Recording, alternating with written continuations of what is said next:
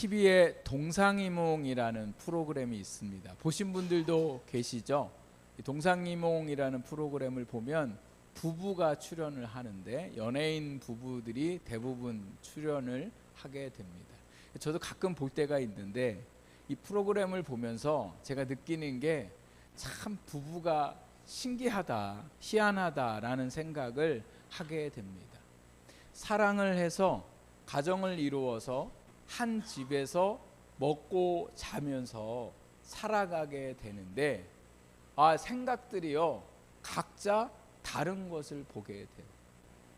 돈에 대한 생각도 다르고 자녀를 교육하는 것에 대한 생각도 다릅니다. 또 휴가도 다르고 먹는 것을 추구하는 것도 다른 것을 볼 수가 있습니다. 명절 때 김창옥이라는 분이 이제 나와서 이렇게 쇼를 하는 거를 제가 이렇게 보니까 거기에 어떤 부부가 왔는데 부부의 고민 중에 하나가 뭐냐면 부인이 이제 고민을 썼는데요. 남편이 자기 먹고 싶은 것만 먹는다는 거예요.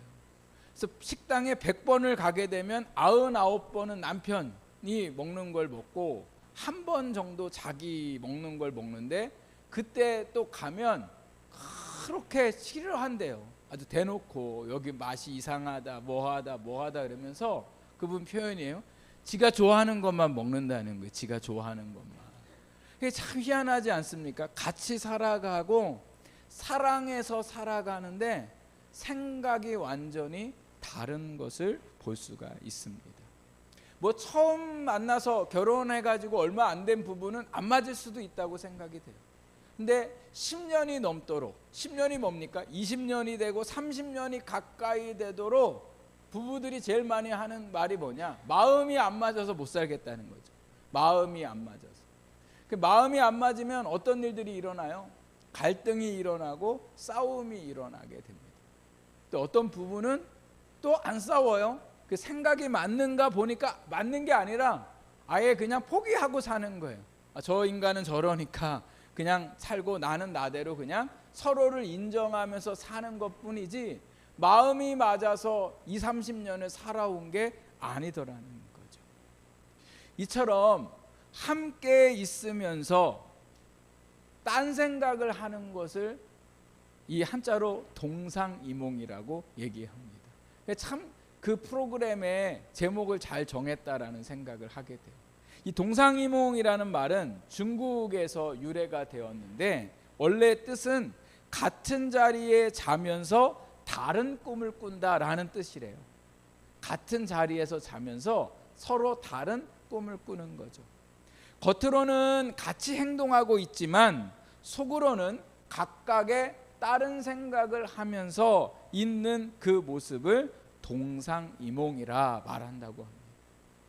이 동상이몽이 부부의 관계에서만 일어나는 게 아니라 부모와 자녀의 관계 속에서도 일어나게 되고 엄마의 한 뱃속에서도 나온 형제들도 동상이몽이 일어날 때가 많습니다. 또 교회 안에서도 동상이몽이 일어나고 직장 안에서도 동상이몽이 일어나고 우리가 살아가는 모든 세상 속에 동상이몽이 이루어나는 것을 볼 수가 있습니다. 동상이몽이 일어난다는 건 이거 되게 자연스러운 일입니다. 그 이유는 사람마다 뭐가 다르기 때문에 그래요. 생각이 다르기 때문에 그런 거죠. 그래서 동상이몽을 우리가 뭐 나쁜 것으로 받아들이면 안 되지만 그러나 우리가 중요한 일에 있어서는 우리가 동상이몽이 아니라 마음을 다하고 뜻을 같이 해서 그 어떤 일들을 이루어 가야 하는 것이 오늘 우리의 또한 현실적인 모습이더라는 거죠. 제가 오늘 하나님 말씀을 이렇게 보면서 동상이몽이라는 생각이 들었습니다. 누구와 누구의 동상이몽이냐면 예수님과 제자들의 동상이몽이에요. 예수님과 제자들이 오늘 말씀에 보니까 길을 걸어가고 있다고 말씀하고 있어요. 우리 30절 말씀을 함께 읽어보겠습니다. 30절 그곳을 떠나 갈릴리 가운데로 지날새 예수께서 아무에게도 알리고자 아니하시니 이 그곳을 떠났다라는 것은 이제 30절 위에 말씀을 얘기하시는 거죠. 예수님과 제자들이 어느 한 곳에 있었는데 그곳을 떠나서 이제 어디로 가고 계세요? 갈릴리로 지나고 계시더라는 거예요. 근데 특이한 건 예수님께서 가는 이 길 속에 사람들에게 알리고 싶지 않으셨어요. 조용히 그 길을 가고자 하셨는데 그 가고자 하셨던 이유를 31절에 말씀하고 있습니다. 31절 보십시오. 이는 제자들을 가르치시며 또 인자가 사람들의 손에 넘겨져 죽임을 당하고 죽은 지 3일 만에 살아나리라는 것을 말씀하셨기 때문이라. 이렇게 말씀하는 거죠. 예수님이 제자들과 길을 가는데 사람들이 모르게 조용히 길을 가시고자 했다. 그 이유는 예수님께서 제자들을 가르치시려고 했더라고요. 뭐를 가르치시려고 해요?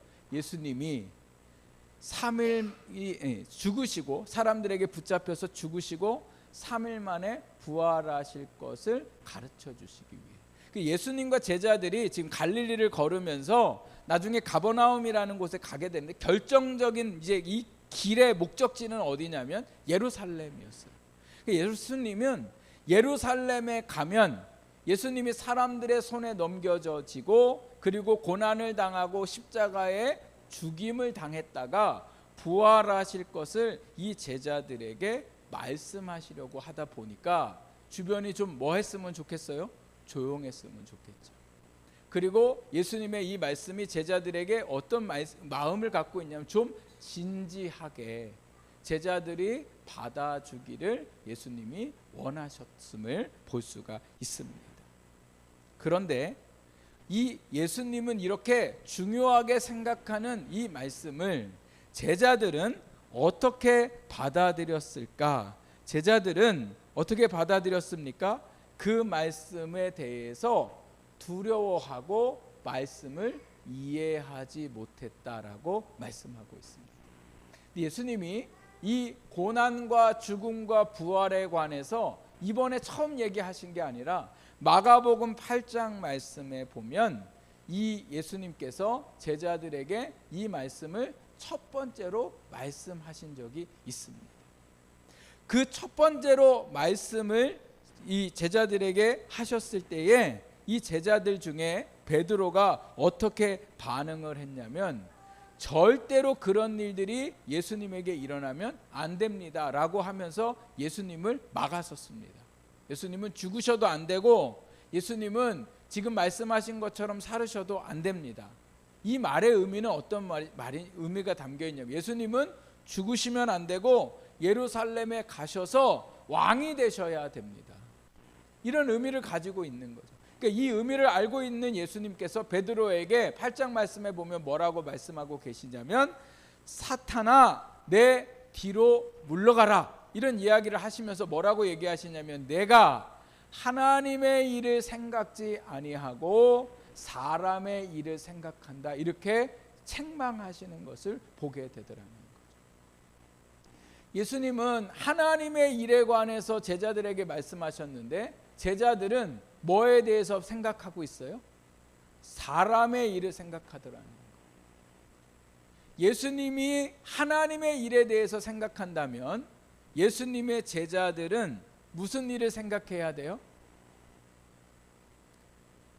예수님의 제자는 선생님의 제자들은 누구의 생각을 따라야 돼요? 네, 선생님의 생각을 따라야죠.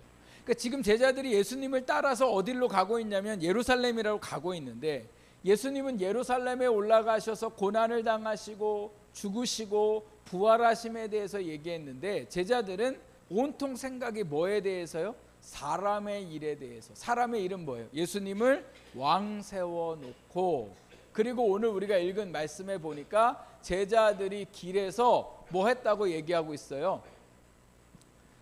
오늘 이 말씀 보십시오. 예수님이 제자들에게 물어보세요. 야 34절에 니네 길에서 뭔 얘기했냐 이렇게 얘기하는 거죠. 그러니까 토론한 게 뭐냐 이렇게 물어봐요. 그러니까 34절에 그들이 뭐라고 얘기하고 있냐면 누가 크냐고 쟁론하였다. 33절 말씀에 보면 토론이라고 얘기하고 34절에는 쟁론이라고 오늘 우리가 읽은 성경 말씀에는 이렇게 점잖게 번역하고 있는데 다른 번역 성경을 보면 제자들이 싸웠다 이렇게 나와요. 싸웠다고요. 예수님은 제자들에게 지금 예수님이 죽으실 것을 말씀하시고 그리고 부활하실 것을 말씀을 하셨는데 제자들은 뭐 때문에 싸웠다고요? 누가 크냐? 이 얘기는 예수님이 예루살렘에 올라가셔서 왕이 되면 왕 다음의 자리에 누가 앉아야 되냐? 우리 12명 중에 누가 앉는 게 좋을 거냐? 이걸 가지고 어디서 싸워요? 길에서 싸워요. 그러니까 예수님이 이 말씀을 하실 때에 두 번째 지금 말씀을 하고 계시는데 이 말씀을 하실 때에 제자들이 무슨 말씀인지 이해도 못하고 두려워서 묻지도 않았다라는 의미는 말귀를 못 알아들어서가 아니라 온통 생각이 예수님의 말씀에 관심이 없는 거예요. 그러니까 관심이 없으니까 뭐도 안 해요? 아예 물어보지도 않고 두려워하는 거죠. 예수님에게 일어나지 않아야 할 일들이. 우리가 살다가 보면 이제 부모님과 이렇게 자녀들이 같이 있을 때에 이런 생각을 할 때가 있어요. 아버지가 안 된다고 그래요. 아버지가 안 된다고. 근데 엄마하고 자녀들이 짜요. 안 되긴 뭐가 한대. 그냥 우리끼리 밀어붙이면 아버지가 안 된다고 해도 이제 나중에 자식들이 막 우기고 이러니까 그렇게 될 거예요. 그러니까 엄마들이 아버지하고 말 안 통하면 누구한테 얘기해요? 네, 자녀들한테 얘기하죠. 큰 자녀들한테 얘기하죠. 그래서 큰 자녀들이 얘기하면 아버지가 고집 세다가 지금 여러분이 웃고 계세요. 왜 웃는지 제가 이해가 돼요.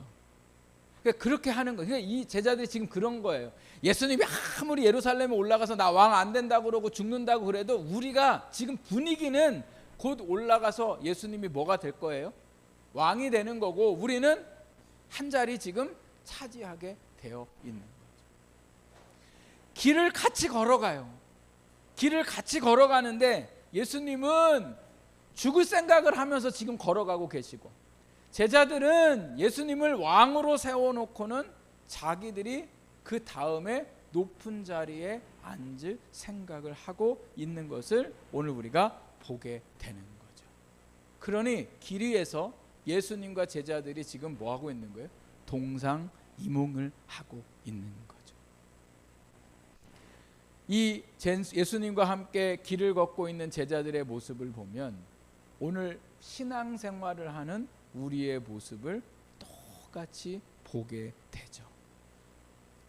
예수님이 우리와 언제까지 함께 하시겠대요? 세상 끝날까지, 주님 오시는 그날까지 우리와 함께 하시겠대요. 여러분 믿으세요? 네, 그러면 지금 주님이 우리와 뭐 하고 계시는 거예요? 함께 하시는 거죠. 동행하고 계시는 거죠. 우리의 삶에 주님이 동행하고 계시는 거예요. 마치 제자들이 예수님과 함께 길을 걷는 것과 똑같은 거죠. 그러면 우리는 주님과 함께 길을 걷는 데에 지금 주님의 생각에 초점이 맞춰져 있습니까? 아니면 내 생각에 주님을 맞추려고 하고 있습니까? 이게 우리의 신앙의 모습이더라는 거예요. 제자들과 어떻게 해요? 똑같아요. 예수님은 제자들이 예수님이 가시는 길을 따라오기를 원하는데 제자들은 그 길에서 예수님이 자기들이 원하는 대로 하기를 원하더라는 거죠. 요즘은 이런 말씀 하시는 목사님들이 많이 안 계신데 예전에 목사님들이 이런 말씀을 자주 하셨어요. 여러분, 우리 교회에서 11조 제일 많이 하는 사람이 되고자 기도하십시오. 이렇게 설교하셨던 목사님들이 많이 계셨어요. 생각해 보면 되게 좋은 거잖아요. 우리 교회에서 11조 제일 많이 한다는 건 우리 교회에서 매달 수입이 제일 뭐예요? 네, 많다는 거예요. 좋은 겁니까? 안 좋은 겁니까? 네, 좋은 거죠. 또 어떤 분들은 아예 강력하게 예수님의 이름으로 선포해요. 우리 교회에서 11조 매달 1,000만 원 하는 사람 나오기를 축원합니다. 이렇게 성도들이 다 아멘 이러죠.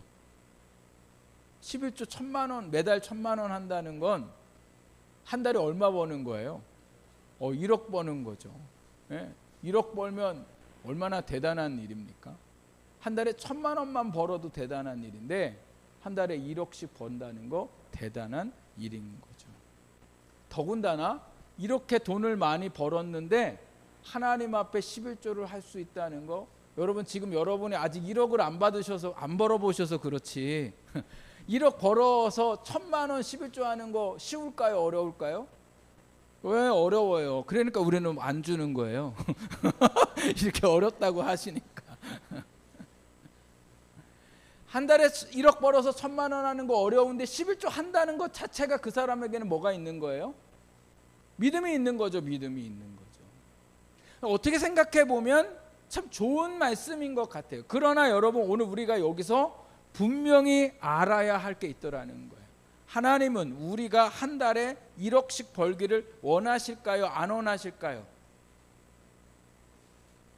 관심 없으세요. 하나님의 말씀을 보십시오. 어디 하나님이 11조를 얼마씩 하도록 하라고 명령하셨고 목적을 정하라고 하신 적이 있으십니까? 없으십니까? 없으세요. 살다가 보니까, 말씀대로 살다 보니까, 믿음으로 살다 보니까 돈이 1억씩 벌 수도 있고 1,000만 원씩 벌 수도 있어서 그것에 감사하면서 하나님 앞에 살아가라고 하신 거예요. 그 1,000만 원이 됐든 아니면 뭐 몇백만 원이 됐든 그거 액수와 상관없이 하나님 앞에 뭐예요? 감사하고 이 물질이 하나님으로부터 왔음을 어떻게 해요? 인정하고 살아가는 말씀이 우리에게 하신 말씀이지, 우리가 예수님을 잘 믿어서 우리가 기도를 많이 해서 우리가 11조를 얼만큼 해야 되겠다는 목적을 우리에게 결코 정해주시지 않았더라는 거예요. 그럼 다 이건 뭐냐? 믿음을 핑계한 우리의 뭐예요? 욕심이에요. 욕심이라고요. 내가 11조를 1,000만 원 내겠다는 목적보다 뭐가 더 많아요? 그 달에 더 많은 수입을 얻을 수 있도록 내게 뭐예요? 복을 좀 주십시오. 그러니까 내가 더 열심히 하겠습니다. 그러니까 내 소원 이루어질 때까지 제가 최선을 다하겠습니다. 이러한 신앙생활을 하고 있더라는 거예요. 이 신앙생활이 뭔가 잘못되어 있는 거죠. 하나님이 우리에게 원하시는 신앙생활은 우리가 하나님으로부터 복을 얻어내려고 하는 신앙생활이 아니라 우리에게 이미 구원을 베풀어 주셨고 우리가 그 구원받은 자답게 살아가기를 원하는 신앙생활을 우리에게 원하셨더라는 거예요. 제가 돈 많이 벌지 말아라, 세상에서 성공하지 말아라 라는 그러한 말씀이 아닙니다. 돈도 많이 벌어야 되고 세상에서 성공한 사람이 되어야 하면 되는 것은 뭐 그렇게 좋은 일입니다. 돈이 있으면 얼마나 좋겠습니까? 그러나 그게 오늘 우리의 주님이 우리에게 원하시고 우리가 그 믿음으로 살아가는 목적이 되어서는 안 되더라는 거죠. 우리를 향한 예수님의 관심은 우리가 부유하게 살고 사람들이 부러워하는 성공한 인생을 살기를 원하시지 않으셨더라는 거예요. 만약에 예수님이 이러한 삶을 제자들이 살기를 원하셨다면 십자가 이야기를 하시고 죽음에 대한 이야기를 하셨을 때에 이렇게 얘기하셔야 되겠죠. 내가 얼마 있으면 죽을 거야. 그러니까 너네 지금 사람들이 모일 때 헌금 많이 걷어들여라. 헌금 많이 걷어들이고 헌금 안 낸 사람은 오지도 못하게 하고, 그래서 내 죽음을 너희가 잘 준비했다가 두려워하지도 말고 무서워하지도 말고 세상에서 그냥 그 돈 가지고 힘있게 살아가라, 뭐 이런 얘기를 하셨겠죠. 예수님이 정말 제자들에게 그런 것을 원하셨다면, 근데 예수님이 그런 것을 원하시지 않았더라는 겁니다. 오늘 우리의 삶이 주님과 함께 살아가면서 자꾸 다른 생각을 하면서 사니까 신앙생활이 뭐가 없어요? 재미가 없어요. 신앙생활에 뭐가 없어요? 힘이 없어요. 왜냐하면 남들은 보니까 예수 믿어서 되게 잘 되는 것 같은데 나는 생각해 보니까 잘 안 되고 일이 꼬이는 것 같고 이런 생각만 들어요. 잘 되는 사람은 예수님을 믿어서 잘 되는 게 아니라 예수님을 믿어도 잘 될 수도 있고 안 될 수도 있어요. 예수님 믿어도 건강할 수도 있고 또 병들 수도 있어요. 이거 오늘 우리의 삶에 이 목적이 예수님을 믿어서 내가 잘 되고 건강한 인생이 아니라 주님이 우리의 삶에 함께 하시는 것 자체가 오늘 우리에게 힘이고 능력이 되기 때문에, 그것이 오늘 우리에게 큰 은혜이기 때문에 오늘 우리가 그 은혜 가운데 살아가야 할 줄 믿습니다. 예수님과 같은 길을 걷고 있으면서 동상이몽 중에 있는 제자들에게 예수님이 뭐라고 말씀하고 계시는가 한번 보십시오. 35절 말씀 우리 같이 읽어볼까요? 시작. 예수께서 앉으사 12 제자를 불러서 이르시되 누구든지 첫째가 되고자 하면 무사람의 끝이 되며 무사람을 섬기는 자가 되어야 하리라 하시고, 지금 제자들이 길을 오는 동안 예수님이 중요한 얘기를 했는데 제자들이 그 일에 관심이 없어요. 그리고 온통 관심은 뭐 하고 있었어요? 예수님이 왕으로 올라가면 누가 그 다음 자리에 앉아야 할까. 그래서 그 다음 첫 번째 자리에 앉고 싶었었는데 예수님이 뭐라고 얘기하셨어요? 누구든지 첫째가 되고자 하면, 이렇게 말씀하세요. 첫째가 되지 말라는 얘기가 안 하셨어요. 첫째가 되라고 얘기하셨어요. 그런데 그 첫째가 되는 건 세상의 방법과 좀 달라요. 첫째가 되려면 어떻게 해야 돼요? 세상의 방법은 싸워서 이겨야 돼요.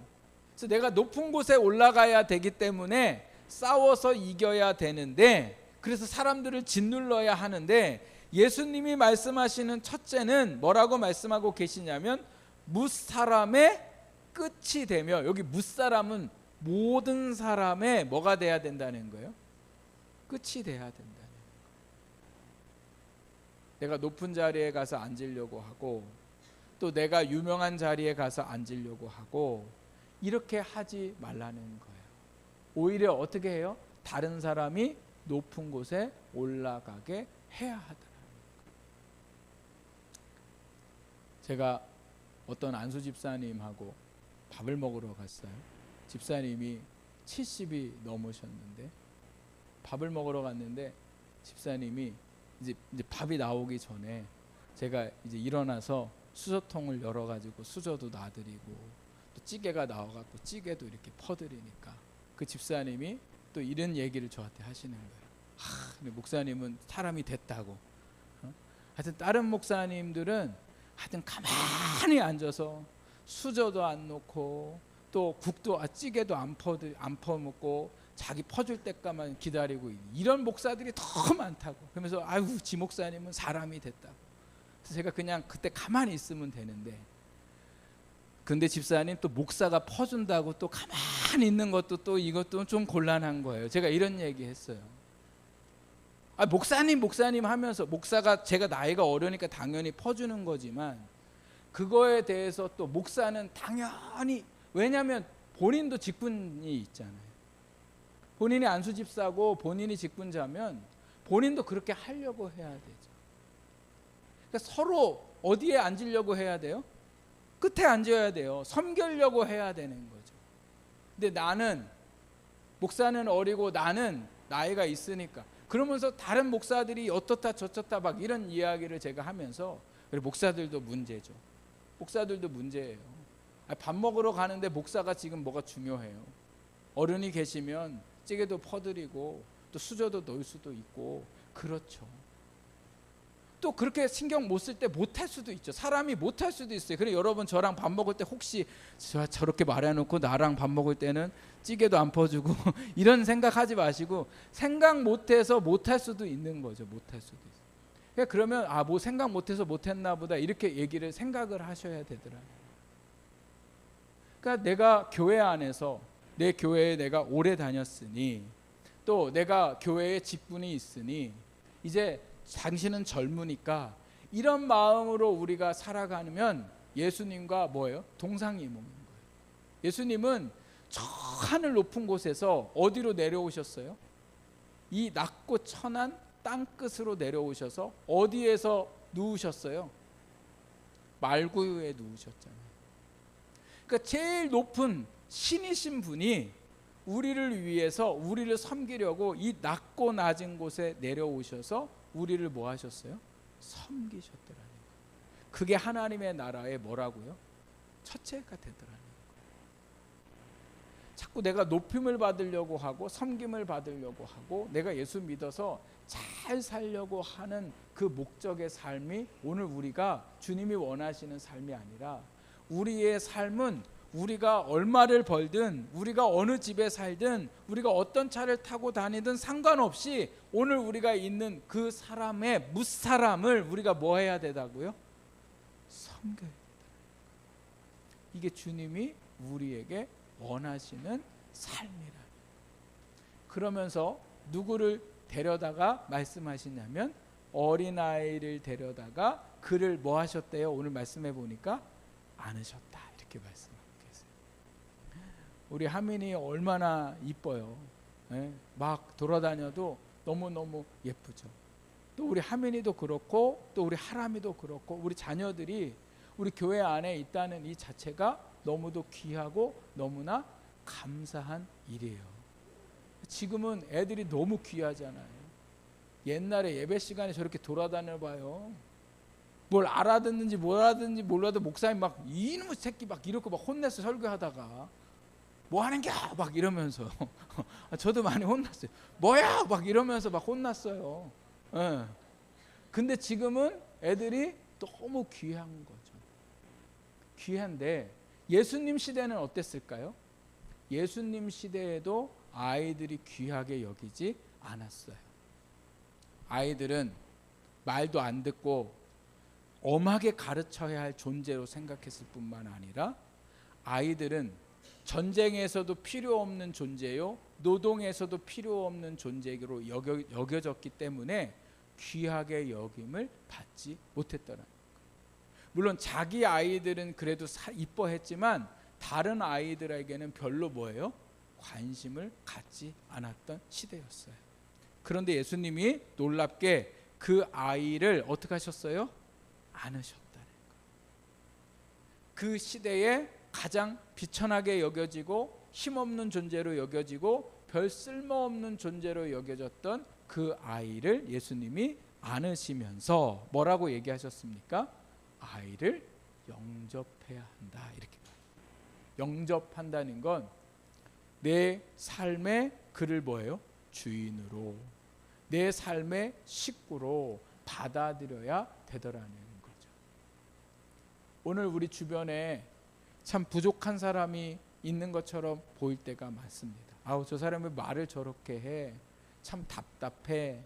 이러한 마음이 우리가 드는 사람이 있을 때에 그 사람을 어떻게 해요? 영접하라는, 받아들이는 거예요.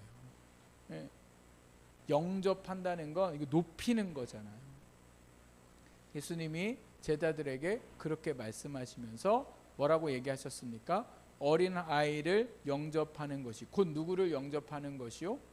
나를 영접하는 것이고, 그리고 또 어린 아이를 영접하는 것이 나를 보내신 이를 영접하는 거다.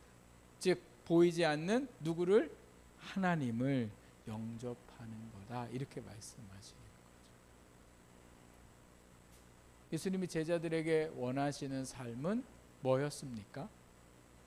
예수님처럼 섬기는 삶을 살라고 말씀하셨습니다. 예수님은 세상 끝날까지 우리와 함께 하시겠다고 말씀하셨어요. 믿음으로 살아간다는 건 주님 오시는 그날까지 우리가 주님과 동행하는 삶을 사는 거죠. 그럼 오늘 우리의 삶의 방향이 누구에게 맞춰져야 합니까? 예수님께 맞춰져야 되죠. 내가 원하는 신앙이 아니라 누가 원하는 신앙이 돼야 돼요? 주님이 원하는 신앙. 내 마음에 어떤 생각이 들 때마다 주님이 원하시는 생각일까? 내가 어떤 말을 하려고 할 때마다 주님이 원하시는 말일까?